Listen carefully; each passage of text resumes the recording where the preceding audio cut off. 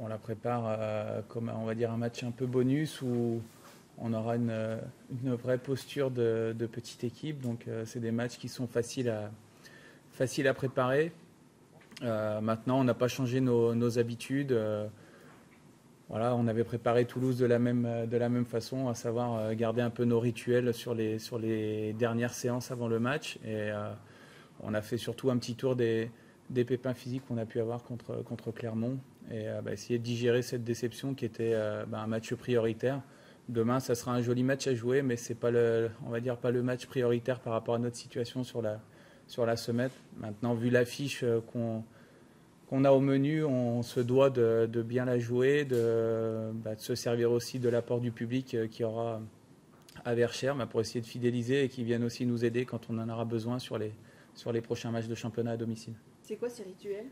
Bon, c'est garder nos petits jeux pour qu'il y ait un maximum de rythme, c'est faire une mise en route qui permet aussi de laver un peu les jambes et la tête, notamment après la défaite de vendredi. Donc voilà, c'est de ne pas changer les habitudes. On sait que les joueurs ont besoin de repères aussi pour assimiler un peu la pression, parce que mine de rien, les regards seront tournés aussi sur eux.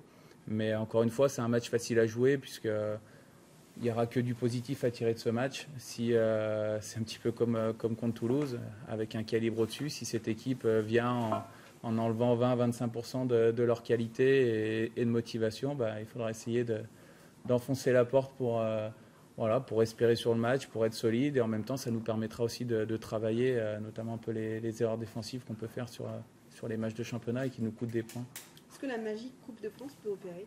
Bien sûr, de toute façon, sur un match, et quand on voit les conditions du jour, on se dit aussi que ça peut nous aider. Sur un match, tout est possible. Voilà, c'est certainement un match qu'on peut jouer, on le dit souvent, 100 fois, on le perdra 99 fois. Et si demain, ça tombe la bonne fenêtre pour faire un exploit, il ne faudra pas se gêner. Et voilà, Verchères a été habitué à vivre avec les exploits du club, donc pourquoi pas en refaire un. Maintenant, encore une fois, on est surtout tourné aussi pour bien préparer le match de vendredi. Et faire un exploit, ça peut aussi aider à prendre confiance. On le disait sur les précédents tours, c'est voilà, un joueur peut avoir un déclic sur un match, peut aussi marquer contre Marseille. Ça vaut toujours qu'un but, mais ça peut aider aussi à se mettre dans une bonne phase. Donc voilà, on va prendre tout ce qu'il y a à prendre de positif dans ce match. Et on verra à la fin. Si Marseille est à son niveau, c'est sûr que ça sera très compliqué pour nous. Maintenant, nous, on se doit de jouer le match pleinement. Et puis une fois que ce match sera passé, on se tournera sur la préparation de Châteauroux. Vous allez accueillir une équipe de Marseille qui est quand même plutôt en forme. Oui, je crois que sur les 20 derniers matchs, ils doivent être à 19 matchs sans défaite. On le voit rien que par leur classement et leur régularité. C'est vrai qu'ils ont eu un début un petit peu poussif où je pense qu'ils étaient surtout critiqués dans leur façon de jouer, mais que le coach était simplement en train de mettre en place l'animation et surtout son 11 titulaire qui se dégageait. Après, nous, on ne sait pas trop si demain il y aura de la rotation dans son équipe, mais je dirais que c'est pas un souci pour nous. De toute façon, même les joueurs qui ne jouent pas régulièrement chez eux, ça reste des top joueurs. Donc voilà, peu importe l'équipe qu'il y aura en face, ça sera une équipe en confiance, une équipe qui marque des buts, une équipe qui était sûrement un peu contrariée d'en prendre 3 aussi contre Metz. On a pu le voir un peu sur les réactions des joueurs et même du coach.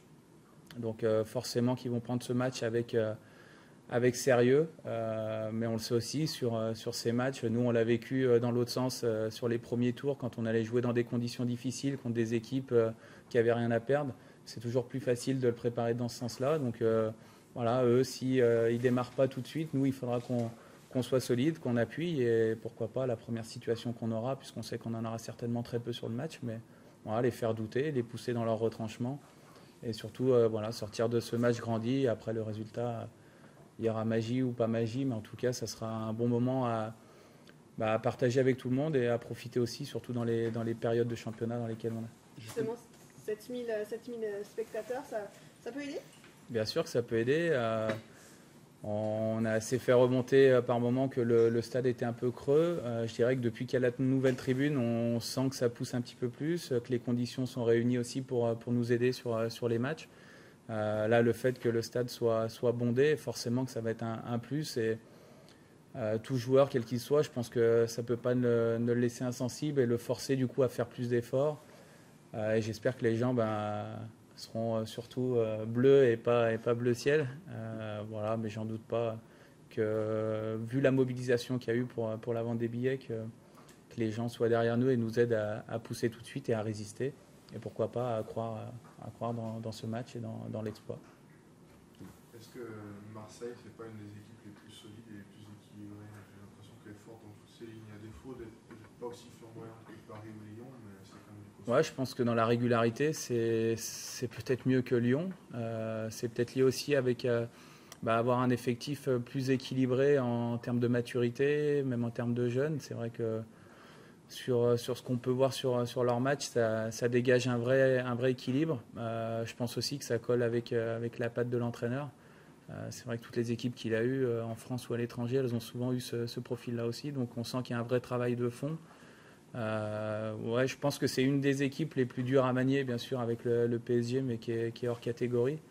Et cette régularité, entre guillemets, c'est quelque chose qui peut être compliqué pour nous parce qu'on le voit sur l'enchaînement des matchs. Ils ont reçu Valenciennes sans être flamboyants, ils ne se sont pas exposés non plus et dans la durée, ils ont su faire la différence.